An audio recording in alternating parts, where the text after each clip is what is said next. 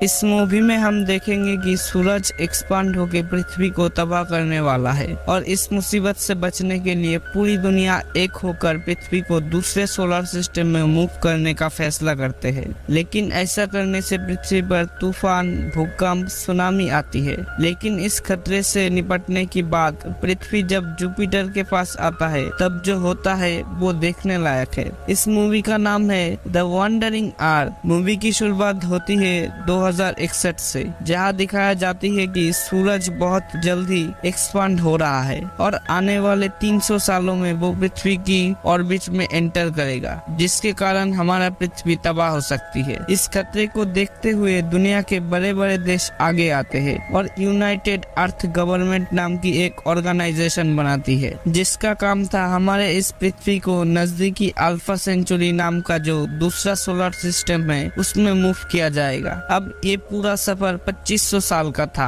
इतने दूर जाने के लिए पृथ्वी पे कई सारे लोकेशन में थ्रस्टर बनाया जाता है, जिसे अर्थ इंजन भी कहते हैं। ये सारे थ्रस्टर, जिसे बूस्टर कहा जाता है, वो फ्यूजन पावर प्लांट पर चल रहे थे, जिसके कारण पृथ्वी को बूस्ट मिल रही थी और वो अपनी जगह से मूव होने लगी है। इसके बाद हमें एक एस्ट्रोनॉट पेकियांग और उसके बेटे क्यू के साथ दिखाया जाती है। वो अपने बेटे को कहता है कि पापा एक मिशन पे जा रहे हैं और एक ऐसा दिन आएगा जब तुम्हें बिना टेलीस्कोप से जुपिटर दिखेगा। उस दिन मैं वापस आ जाऊंगा। इसके बाद पेकियांग स्पेस स्टेशन में अपने मिशन पर चला जाता है। उसने अपने बेटे को उसके नाना के पास सौंपा था। ये स्पेस स्टेशन दरअसल पृथ्वी का नेविगेशन सिस्टम था। मिशन शुरू होता है, लेकिन पृथ्वी की मूव करने की 2 साल बाद हमें उसके परिणाम दिखने लगती है। पृथ्वी जो खुद भी रोटेट होती थी, उसकी ये मूवमेंट बंद कर दी जाती है। लेकिन इसके परिणाम ये होती है कि पृथ्वी पे तूफान, सुनामी आने लगती है। इसलिए इंसान अंडरग्राउंड सिटी में रहने लगते हैं, लेकिन वहाँ पे भी जगह कम पड़ने लगती है। इसलिए कई सारे इंसान पृथ्वी की सतह पर रुकता है और इस तूफान का शिकार बन जाते हैं। इंसानों का पॉपुलेशन कम होने लगती है।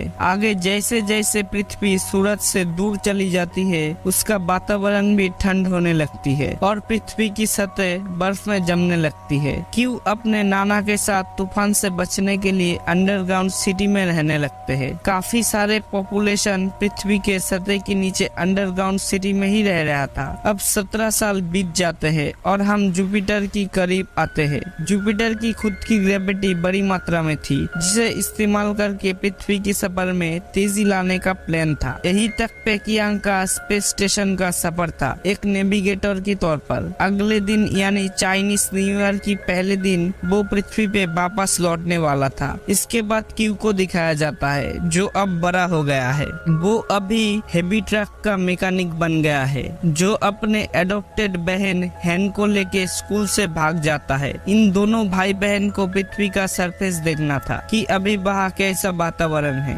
इसलिए ये दोनों एक लोकल चोर के पास जाके उससे थर्मल सूट चुरा लेते हैं। क्यू के पास एक बबल कैप्सूल होती है, जो अचानक से कभी भी बबल में कन्वर्ट होती थी, जिससे दोनों ही बच जाते हैं। जिसके बाद वो उसकी इस्तेमाल करके थर्मल सूट चुरा के बाहर से भागते हैं। फिर दोनों लिफ्ट से ऊपर चले जाते हैं और देखते हैं कि सरफेस का टेम्परेचर नेगेटिव हो गया है। कोई भी इंसान बिना थर्मल सूट के वहाँ पे जिंदा नहीं रह सकता है। आसपास कोई भी रहने लायक जगह ही नहीं है और पास ही में वो बड़ा सा अर्थ इंजन भी देखते हैं। दूर पर ही उन्हें अपने नाना का स्पेशल ट्रक दिखता है। वो ट्रक काफी ज्यादा बड़ा था। क्यू और हैन दोनों ही ट्रक में बैठ के भाग जाते हैं, लेकिन पुलिस उन्हें पकड़ लेती है और झूठा पास इस्तेमाल करने के कारण उन्हें जेल में डाल देते हैं। दोनों के नाना जी वहाँ उनको छुड़ाने के लिए आ जाते हैं और पुलिस को रिश्वत देने लगता है। इसके कारण पुलिस उन्हें भी जेल में डाल देते हैं। वही जेल के अंदर ये लोग टीम नाम की एक और लड़के से मिलते हैं। यहाँ स्पेस में पृथ्वी जुपिटर के करीब आती है। उसकी ग्रेविटी यूज करके तेजी से पृथ्वी का सफर तय करना था, जिससे पृथ्वी सोलर सिस्टम से बाहर निकल सकता था। लेकिन अचानक से जुपिटर की ग्रेविटी में स्पाइक आने के कारण वो इरेगुलर बन जाती है और पृथ्वी जुपिटर के करीब खींची चली जाती है, जिसके कारण पूरी पृथ्वी पे भूकंप और तूफान आने लगती है। धीरे धीरे सारे अर्थ इंजन बंद हो जाते हैं। क्यू, हैन, उनके नाना और टीम अपना ट्रक लेके जेल से भाग जाते हैं, लेकिन भूकंप के कारण कई सारे पहाड़ उनके ट्रक के ऊपर गिरने लगता है। लेकिन ये लोग जैसे तैसे करके उस खतरे से बाहर निकलता है। यहाँ पे स्पेस स्टेशन में जो उनका एआई कंप्यूटर था वो सारे एस्ट्रोनॉट को चेतावनी देता है कि अभी सिस्टम लो एनर्जी पे जा रहा है, इसलिए तुरंत ही अपने हाइबरनेशन स्लीपिंग पॉड में चले जाए। यहाँ पे पेकियांग को टेंशन आ जाती है, इसलिए वो अपना घर वालों से कांटेक्ट करता है। वो इन्हें नजदीकी बंकर बताता है ताकि वो लोग बाहर जाकर इस तूफान से सुरक्षित रहे। उसके बाद वो खुद भी हाइबरनेशन स्लीप में जाने के लिए निकलता है। यहाँ पर वो लोग बंकर की तरफ जा ही रहे थे, लेकिन उतने में ही कुछ सोल्जर्स उन्हें रोक लेते हैं। ये सोल्जर्स लाइटर कोर नाम की एक बड़ी सी कार्गो ले जा रहे थे जो अर्थ इंजन शुरू करने के लिए जरूरी थी, और वो ले जाने के लिए इन्हें एक ट्रक की जरूरत थी। कैप्टन उनके नाना जी को उनके मदद करने के लिए कहता है। वो भी मदद करने के लिए राजी हो जाती है। फिर थोड़ी देर में ही ये लोग ट्रक लेके शंघाई शहर में पहुंचते हैं, लेकिन वहाँ की हालत और भी बुरी थी। बड़े बड़े बड़के पहाड़ जिनमें कई सारे फेमस बिल्डिंग दफन हो चुकी थी। ये नजारा देख के सब लोग डर जाते हैं और एक पतला रास्ता उन्हें दिखाई देता है। फिर उस पतले रास्ते से ही ये लोग ट्रक लेके निकल पड़ते हैं। इसके बाद अचानक से ही बर्फ की इस पहाड़ पे एक प्लेन क्रैश हो जाता है और उसके कारण ये पूरा पहाड़ टूटने लगता है। ये पतला रास्ता काफी लंबा था और बड़े बड़े पत्थर इनकी ट्रक पे गिरने लगता है। भागने का कोई भी रास्ता नहीं था, लेकिन तभी एक सोल्जर को एक बड़ी सी बिल्डिंग दिखती है, तो वो लोग वहीं से ऊपर जाने का फैसला करते हैं। पहाड़ी की चोटी पे जाने के लिए इनको 80 फ्लोर ऊपर चढ़ना था। कुछ सोल्जर्स ऊपर चढ़ते हैं और लिफ्ट की दरवाजे की मदद से बाकी सबको भी रेस्क्यू करने लगते हैं। क्यू, हैन और उनका कैप्टन ऊपर आ जाता है। इनके नाना जी एक सोल्जर और लाइटर को अभी भी नीचे ही था। यहाँ पर बाकी के सोल्जर्स नाना जी, लाइटर को और उसके सोल्जर को ऊपर खींचने लगता है, लेकिन तभी वापस भूकंप के कारण बिल्डिंग बहुत जोर से हिलने लगता है। तब तक वो लाइटर कोर तो ऊपर आ जाता है, लेकिन उसी चक्कर में नाना जी और वो सोल्जर नीचे अटक जाता है और लिफ्ट इन दोनों के ऊपर गिरने लगता है। लेकिन तभी सोल्जर अपनी जान की परवाह ना करते हुए सामने वाले जो लिफ्ट का दरवाजा रहता है उसे तोड़ता है और नाना जी को उस बीच वाले फ्लोर में ही डाल देता है। लेकिन सोल्जर के ऊपर लिफ्ट गिर जाती है और वो मर जाता है। नाना जी की हेलमेट भी लगभग टूट गया था और उन्हें पता था कि बचने का कोई भी रास्ता नहीं है, इसीलिए वो सीधा हेलमेट निकाल देते हैं और बर्फ में फ्रीज होके उसी वक्त मर जाते हैं। हैन और क्यू बहुत ही ज्यादा इमोशनल हो जाते हैं, लेकिन क्यू को उस कैप्टन के ऊपर बहुत गुस्सा आ रहा था क्योंकि उसने उसकी नाना जी को बचाने में मदद नहीं की, जिसके बाद वो उस ग्रुप से अलग हो जाते हैं। सोल्जर भी लाइटर कोर को लेकर अपने रास्ते पर चले जाते हैं। यहाँ स्पेस स्टेशन में पेकियांग स्लीपिंग पॉड में कुछ गड़बड़ी करके उड़ जाती है। फिर वो सिस्टम चेक करता है और उसे पता चलता है कि उनका स्पेस स्टेशन पृथ्वी को छोड़कर किसी और ही रास्ते पर जा रहा है। वही एआई सिस्टम को पता लगता है कि एक एस्ट्रोनॉट नींद से जाग गया है, तो उसके इस हरकत को रोकने के लिए वो उसकी कलीग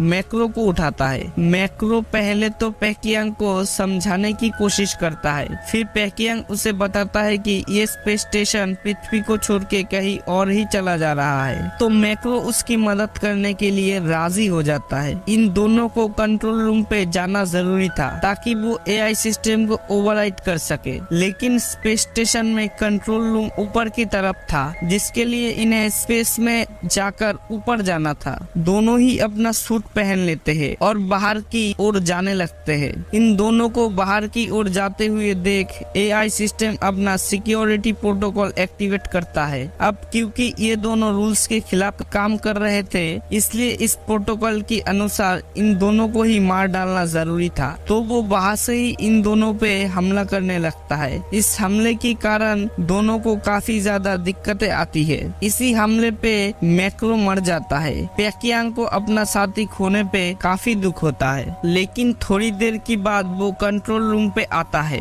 फिर वहाँ पर उसे पता चलता है कि उसके सारे अधिकार रद्द कर दिए गए हैं और अब वो इस मिशन को बदल नहीं सकता। यहाँ पर क्यू, हैन और टीम को रास्ते में एक नया ट्रक दिखता है। वो लोग उस ट्रक में जाते हैं और उन्हें उस ट्रक में ली नाम का एक साइंटिस्ट मिलता है जो बहुत ज्यादा जख्मी था। ली उन्हें बताता है कि जुपिटर की ग्रेविटी अर्थ की एटमॉस्फेयर को अपनी तरफ खींच रही है। इसके कारण कोई भी प्लेन हवा में नहीं उड़ सकता और इसी के कारण वो क्रैश हो गया है। आगे वो बताता है कि ट्रक में टॉर्क इंजन यानी बहुत बड़ा अर्थ इंजन है जो उन्हें सुलावेस से इक्वेटर तक ले जाना है और वहाँ पर मेन इंजन शुरू करना है। उस ट्रक को लेके क्यू अपना घर लौट सकता था, लेकिन फिर वो ली की मदद करने का सोचता है और सब लोग सुलावेस से इक्वेटर पर जाने के लिए निकल पड़ता है। यहाँ पर पेकियांग एआई सिस्टम की कमांड को बदलने के लिए मेन कंप्यूटर रूम में जाता है, लेकिन तभी उसे एआई सिस्टम बताता है कि ये जो भी चेंजेस चल रही है वो उसके खुद के नहीं है, बल्कि ये प्रोग्राम खुद यूनाइटेड अर्थ गवर्नमेंट ऑर्गेनाइजेशन का ही है। जब भी पृथ्वी को खतरा साबित होगा तब इस ऑर्गेनाइजेशन ने एक प्रोटोकॉल लिखा था कि पृथ्वी की लोगों को मदद उन्हें नहीं करना और स्पेस स्टेशन को एक रहने लायक प्लेनेट ढूंढते रहना है। इस स्पेस स्टेशन में जरूरत की सारी चीजें थी, जैसे कि फसलों का सैंपल और अलग अलग जानवरों का सैंपल। इतना ही नहीं, ह्यूमन एम्ब्रोज भी रखे हुए थे जो इंसानों को नई प्लेनेट पे सिविलाइजेशन शुरू करने के लिए मदद करेगी। भले ही पृथ्वी जुपिटर से टकरा जाए और सारे इंसान पृथ्वी पर मर जाएंगे, लेकिन ह्यूमन रेस खत्म नहीं होगा। नए रहने लायक प्लेनेट पे ये सारी चीजें वापस पैदा हो सकती है। ये सब कुछ सुनने के बाद पेकियांग को कुछ सोचता ही नहीं कि वो क्या करे। यहाँ पर जो सोल्जर की टीम थी उन्हें इस बर्फीली तूफान में उस लाइटर कोर को खींचना काफी मुश्किल हो रहा था और तभी अचानक से ठंड के कारण एक सोल्जर भी गुजर जाती है। ये देख के बाकी मेंबर्स का हौसला टूटने लगता है कि ये मिशन यहीं पे रोक देनी चाहिए और सबको अपने अपने घर चले जाना चाहिए, लेकिन इसके लिए कैप्टन राजी नहीं होता। फिर एक लेडी सोल्जर लाइटर कोर को शूट कर देती है जिसके कारण वो खराब हो जाता है। ये देख के कैप्टन काफी गुस्सा हो जाता है और गुस्से में उस लेडी सोल्जर को लगभग मारने ही वाला था, लेकिन वो खुद को रोकता है और तभी वहाँ पर क्यू अपना ट्रक लेके आता है और उन्हें बताता है कि ट्रक में एक और टॉर्क इंजन है जो वो लोग सुलावेस से लेके जा रहे हैं। इस मिशन के लिए उन्हें सोल्जर की मदद लगेगी, इसलिए सारे सोल्जर्स उनके साथ ज्वाइन करते हैं और कुछ समय के बाद वो लोग सुलावेस से पहुंचते हैं। लेकिन वहां पहुंचने के बाद उन्हें समझ आता है कि किसी और टीम ने इंजन को पहले से ही स्टार्ट कर दिया है, लेकिन इसके बावजूद पृथ्वी अभी भी जुपिटर की ओर खींची चली जा रही है। पृथ्वी से जुपिटर को काफी अच्छी तरह से देखा जा सकता था। स्पेस स्टेशन में एआई सिस्टम अनाउंस करता है कि अभी पृथ्वी के पास सिर्फ 7 दिन बचे हैं। आखिरी दिन पृथ्वी जुपिटर से टकरा जाएगी और सब कुछ तबाह हो जाएगी। यही अनाउंसमेंट एआई सिस्टम पृथ्वी पर भी करता है। ये खबर सुनते ही पूरी दुनिया में आतंक मच जाती है। यहाँ पर साइंटिस्ट ली भी जोर जोर से रोने लगता है कि हमारे पास सिर्फ कुछ ही दिन है, क्योंकि पृथ्वी की सारी हवा जुपिटर की ओर खींची जा रही है और हमारे पास एक दिन बाद ऑक्सीजन भी नहीं होगा। यहाँ पर क्यू लगातार जुपिटर को ही देख रहा था और अचानक से उसे अपना पिता का कही बात याद आती है कि जुपिटर पे काफी ज्यादा मात्रा में सिर्फ हाइड्रोजन ही है। तभी वो एक प्लान सोचता है कि अगर थ्रस्टर से हमने जुपिटर की हाइड्रोजन को इग्नाइट किया तो काफी बड़ा ब्लास्ट होगा और बड़ी मात्रा में एनर्जी वेव जनरेट होगी। इस वेव के कारण पृथ्वी दूर फेंकी जा सकती है। ये प्लान काफी मुश्किल था, लेकिन नामुमकिन नहीं था। वो ली और बाकी सबको ये प्लान बताती है और सब लोग राजी हो जाती है। वो प्लान बनाता है कि मेन इंजन को ही बंद करके पूरी दुनिया से इग्निशन का नया प्रोग्राम डाउनलोड करेंगे, लेकिन इंजन बंद होने के बाद उसे मैनुअली चालू करना पड़ेगा। अब इस प्लान के अनुसार टीम और क्यू दोनों लाइटर कोर को मेन इंजन में डालेंगे। मैनुअली इंजन को स्टार्ट करने के लिए ली एक सोल्जर की टीम आ जाएगी, तो तीसरी टीम होती है ली और बाकी साइंटिस्ट की, जो कि कंट्रोल रूम में जाके वो प्रोग्राम अपलोड करेंगे। हैन और जो महिला सोल्जर होती है वो कम्युनिकेशन रूम में जाएगी। इसी प्लान के अनुसार सब लोग अपने स्टेप्स लेते हैं, लेकिन इस मिशन में कई सारे दिक्कत आती है।